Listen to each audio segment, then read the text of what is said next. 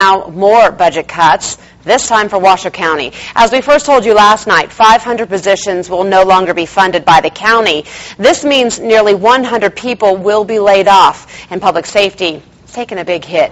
Neda Iranpour is covering that part of our story tonight. Neda? Wendy, public safety is usually the last to be hit, even during a tough economy, but the county is dealing with an unprecedented $47 million shortfall, so the sheriff's office and district attorney's office are making cuts too. Look at how small this room is. I can almost touch the walls. I have about a half foot on each side. And that's all the space they have. A jail cell is not supposed to be a comfortable place, but deputies are concerned about inmates being stuck in their cells for too long.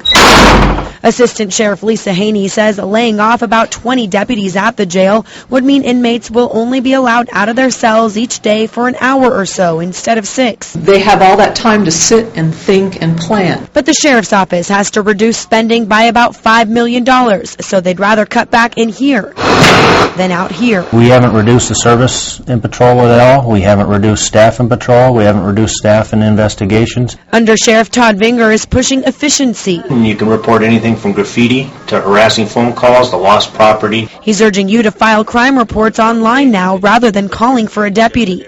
Efficiency is also the name of the game with District Attorney Richard Gamick. During his 26 years in this very office, he has not had to lay anyone off. Now he's cutting about 40 positions and $2 million in spending. We're not crying, we're not whining about doing it. We see the issue, we see the problem. We know everyone has to participate. He says to deal with the cuts, his office will no longer deal with minor cases over barking dogs or trash complaints. The sheriff's office says timing could not be worse for all this, since they say crime generally goes up in the middle of a recession. But they realize even the jobs of men and women in uniform are not immune. More than 140 county employees chose to retire, so this is saving the county $25 million. 30 deputies are included in that. And keep in mind, with their reduced staff, things like autopsies and getting those concealed weapons permits will also take longer to complete. Covering Money Watch, Neda Iranpour, Channel 2 News. Okay, Neda, thank you. And libraries, they're going to be hit the hardest with 70 positions that will not be filled.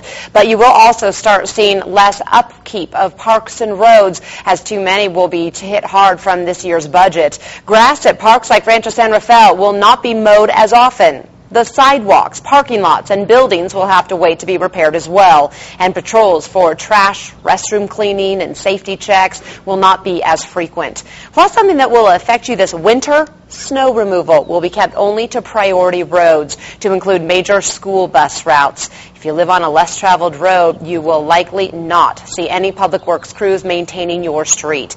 Crews will not be allowed overtime unless there is an immediate threat to public safety.